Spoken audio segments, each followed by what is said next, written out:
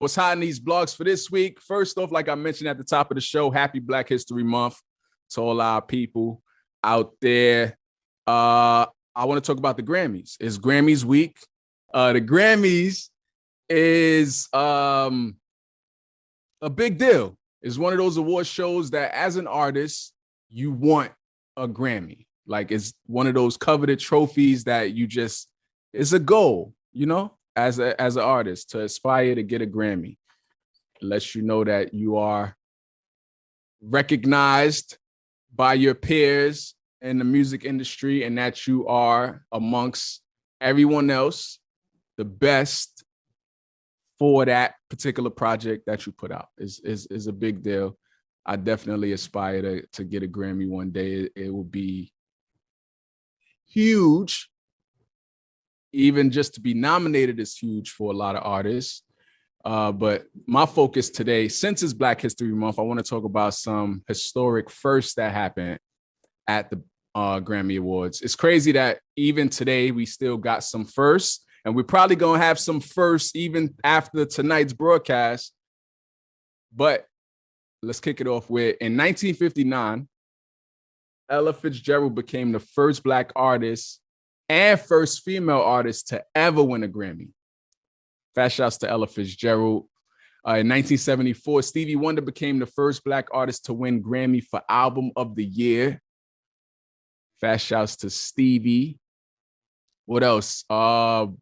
Black historic firsts regarding the Grammys. In 1984, Michael Jackson was the first Black artist to win 8 awards in one night for his album Thriller. Epic. 8 is my favorite number, by the way. What else we got? In 1989, DJ Jazzy Jeff and Will Smith became the first Black rap artists to win a Grammy. That's lit. In 1999, Lauryn Hill was the first female hip hop artist to win a Grammy for Album of the Year. And as of today, Beyonce goes down in history as the most nominated woman ever, with 88 nominations total throughout her career. That's big. She had a big night for her debut album too. She won, I think it was 5 that night when she won the Grammys. That's a big look. You know, we see the pictures. We seen it with the Michael picture. You've likely seen it with the Beyonce picture. When you have such a big night and then you got to take that picture in the press room after holding all the trophies. It's dope. It's dope to see. So yeah. What else we got? What's hot in these blogs? Lovers and Friends Festival. Let's talk about that. So, like I mentioned last week, it is a huge festival. It's basically a 90s and 2000s playlist, all on stage. At least that's what the flyer stated. The first person I seen that came out with a video kind of like bashing the people who's behind the Lovers and Friends Festival was Juvenile. Juvenile's name is on the flyer, and he took to his Instagram with a video. He said, "Here we go again, man." He said, "These cats at Lovers and Friends, whoever's in charge of Lovers and Friends, man, y'all doing bad business, man. Y'all done put my name on the flyer and y'all know y'all ain't sent me no deposit, ain't sent me no bread or nothing." He said, "Y'all keep playing games talking about y'all gonna get back to me. Look, y'all playing games with the wrong mother. If y'all gonna book me, if y'all not gonna book me, take my name off y'all flyer. I ain't got no problem with that. I could do something else with my time."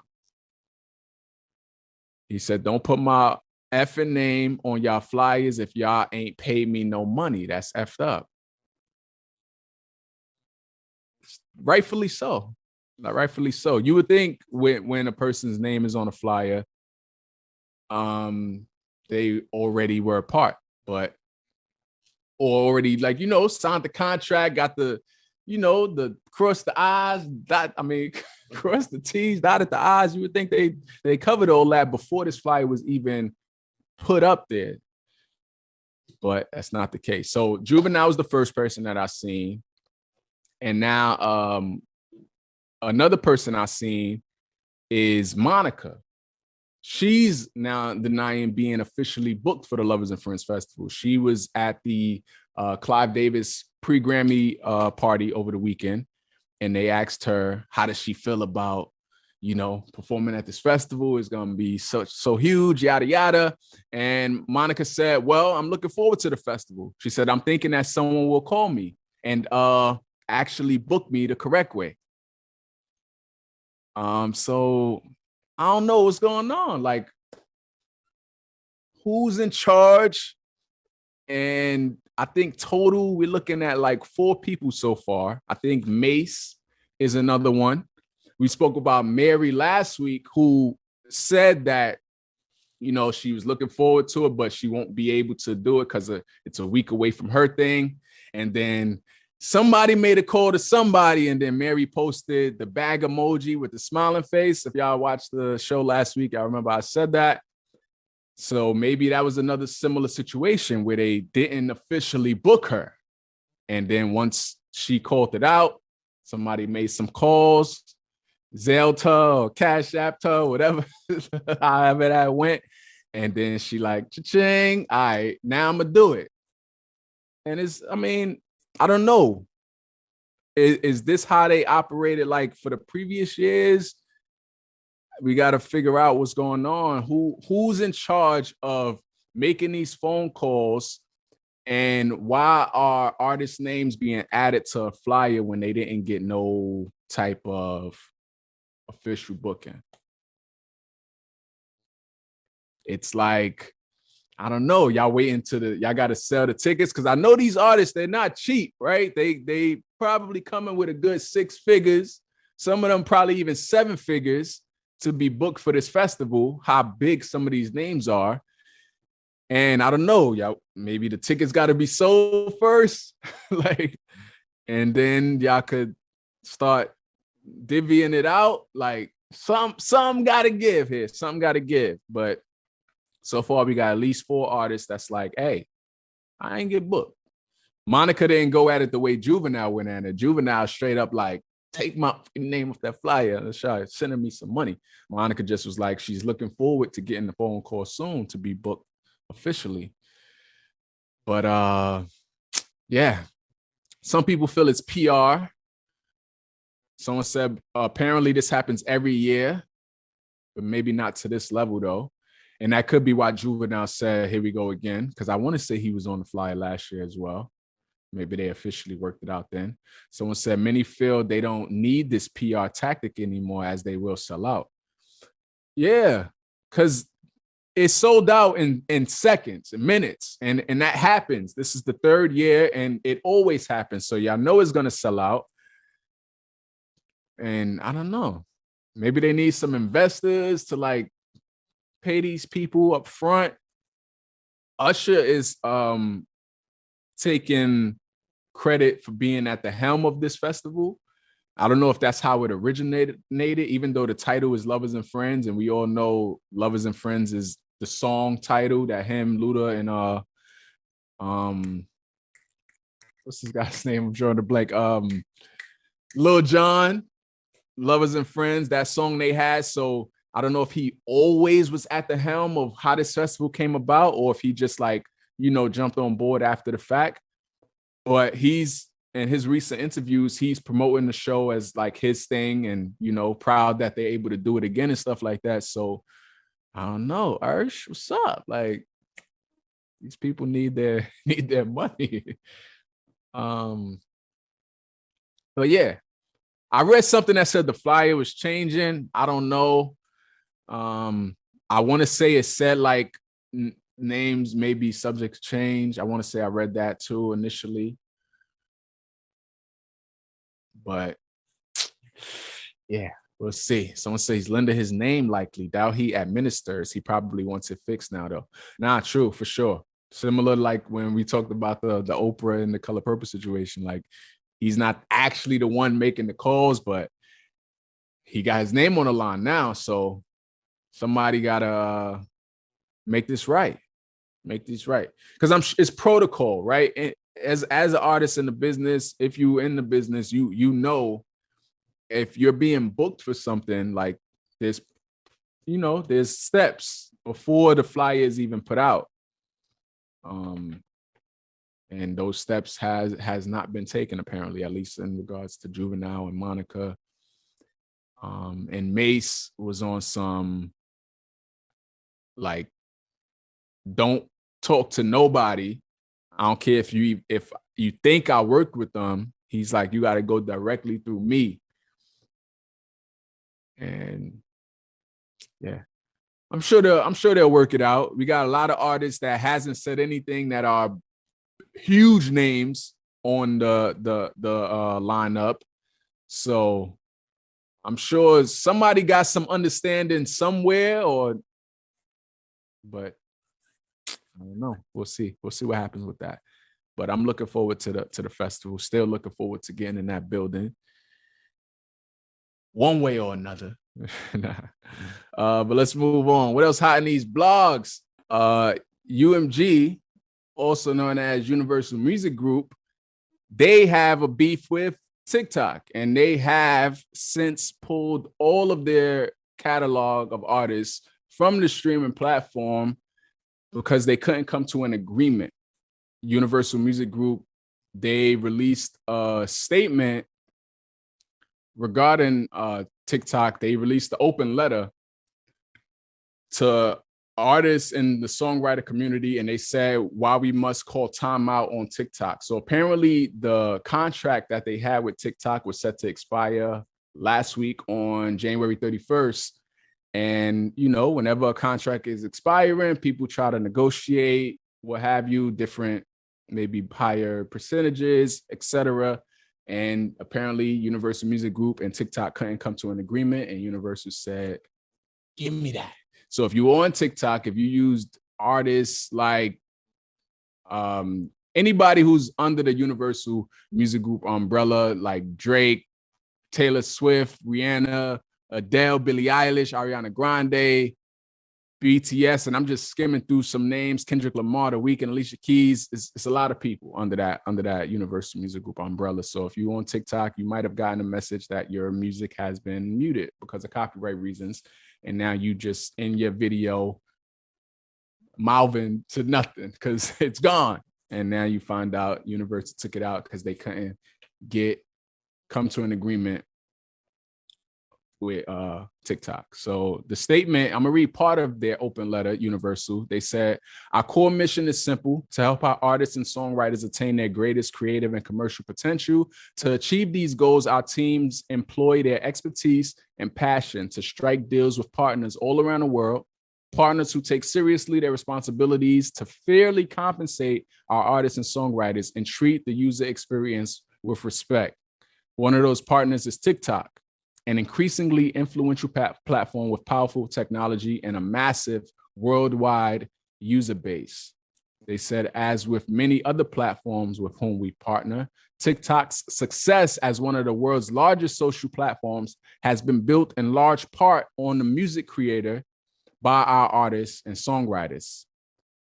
Even the TikTok executives say music is at the heart of the TikTok experience. They went on, I'm gonna skip through some. So some of the things is compensation. They want the artists to be paid better than they are being paid.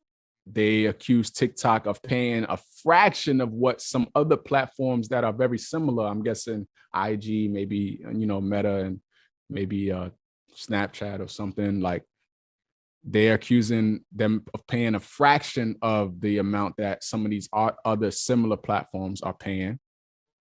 They are also trying to combat AI.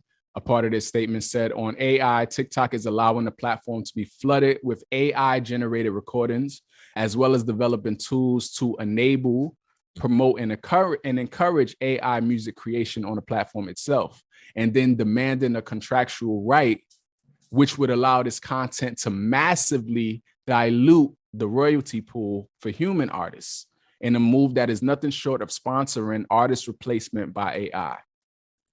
I get that. So yeah, in a nutshell, that's just part of the open letter that Universal Music Group released in response to the TikTok situation. TikTok responded to them, and they said it is sad and disappointed that Universal Music Group has put their own greed above the interests of their artists and songwriters. Despite Universal's false narrative and rhetoric, the fact is they have chosen to walk away from the powerful support of a platform with well over 1 billion users that serve as a free promotional and discovery vehicle for their talent. TikTok has been able to reach artists first agreement with every other label and publisher. Clearly, Universal's self-serving actions are not in the best interest of artists, songwriters, and fans. I don't know, because if TikTok's paying a fraction of what other platforms are paying, then that's not right.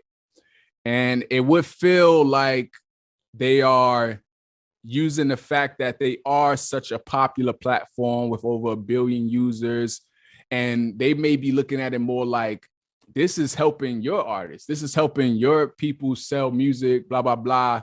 But at the end of the day, artists got to be compensated properly. So I get it why someone like Universal would want to pull their stuff if they're not, coming to that sort of agreement. I don't know what the percentages are, and AI is definitely a huge issue when it comes to music and artists.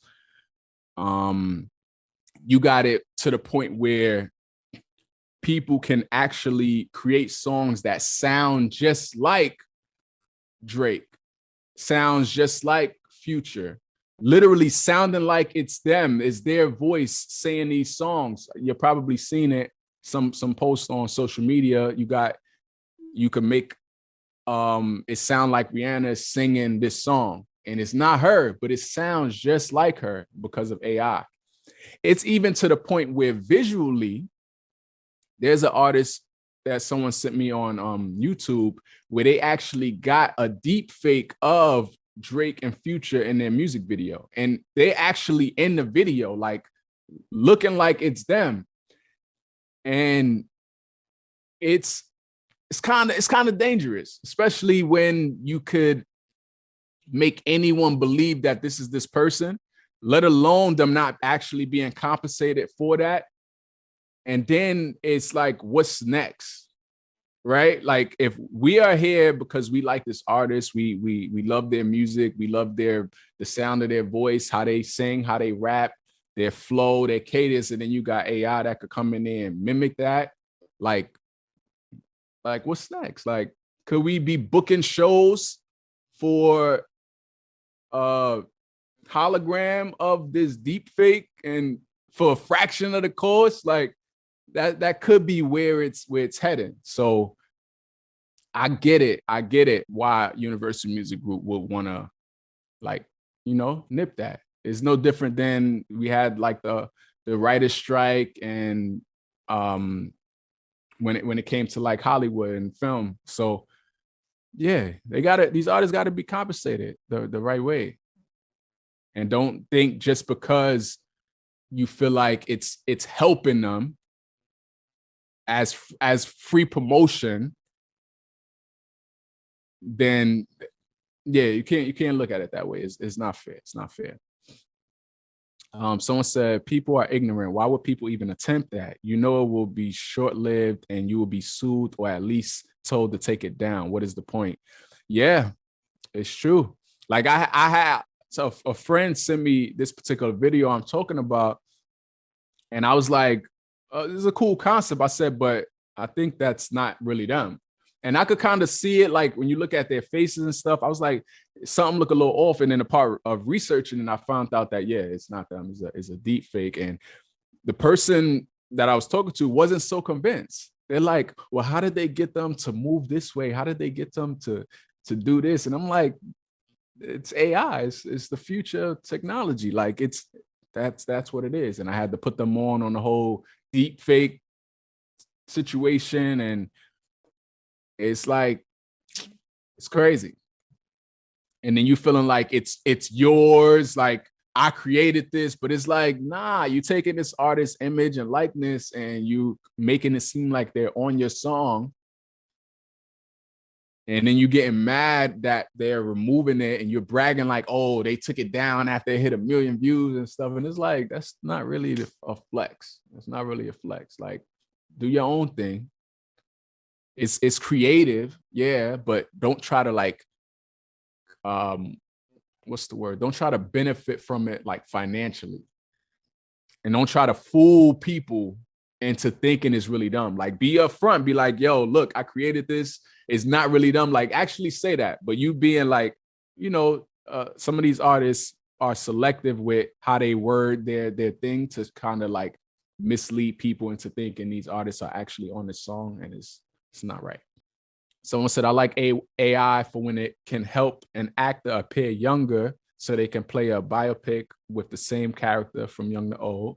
Yeah, that's definitely dope. True. AI has its, if used properly, it's dope. It's dope. Like, we, even when it comes to like some of the filters we use, if you're on like Snapchat or TikTok, when you're using filters, these are like, all these things are cool if used for just a fun purpose. Or when you start trying to like mislead people, there's even deepfakes with like President Obama, like, and making it seem like he's saying something. When you start using it for like that, it is where it starts to get a little crazy.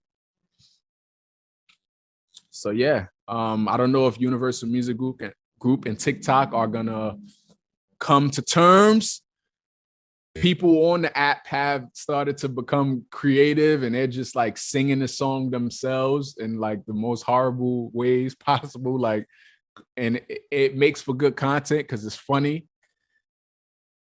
Yeah, we'll see how this plays out, if the music gets added back or not. Follow me on TikTok, since we're speaking about TikTok, as at I am Holliewood NY. I think this is the last thing that's hot in the blogs for this week. I read this story of a man in Virginia who was sentenced to 100 years in prison for unaliving his coworker. They work at Target, and the coworker stole his lunch out the fridge. We see stories like this all the time. We read things. It might have even happened to you. You put your lunch in there, you prepared it nicely, sealed it up, may have even wrote your name on it, and it's in the fridge, and lunchtime come, and you looking forward to it, right? Like, I got this. I can't wait till lunchtime. I had some leftovers in here. It's about to hit. You start to taste it, and you go open the fridge, and your bag is gone. And it's like, nah, I know I put this right here on this shelf. Like, what's up? Like, where's my food? And then you find out somebody stole it and ate it, and now you hungry for your hour lunch, and you got to go spend money on something. You tight. I would be tight to the point of unaliving someone, actually committing an act of MURDER.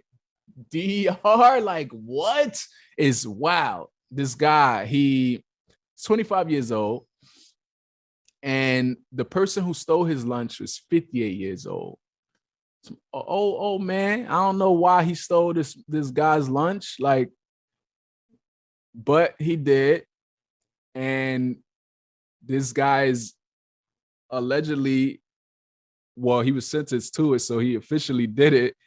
He purchased a knife and a hammer and 2 knives he purchased while leaving his shift at Target. So he just went to the other aisle up there that sell the knives, purchased this, and 3 days after the person took the food, I guess he was like harping over it, like, nah, he violated. Like, I don't know if they had any words or anything, or if it just went from fridge to stabbing. I don't know. But 3 days later, he waited for him in the parking lot, and he unlocked him and fled. All because He stole his lunch out the fridge. That's kind of wild. It's kind of wild. And he's sentenced to 100 years in prison. 30 years is suspended. So that means he will serve at least 70 years in prison. He's 25 years old now. So that's basically a life sentence because the odds of him living to 95 is not that great, especially in prison. So that's it. It's over. All over this man taking your lunch. I don't know if he regrets it, if he's standing on it, but yikes. A commenter say, I know a coworker who made a gourmet chicken meal.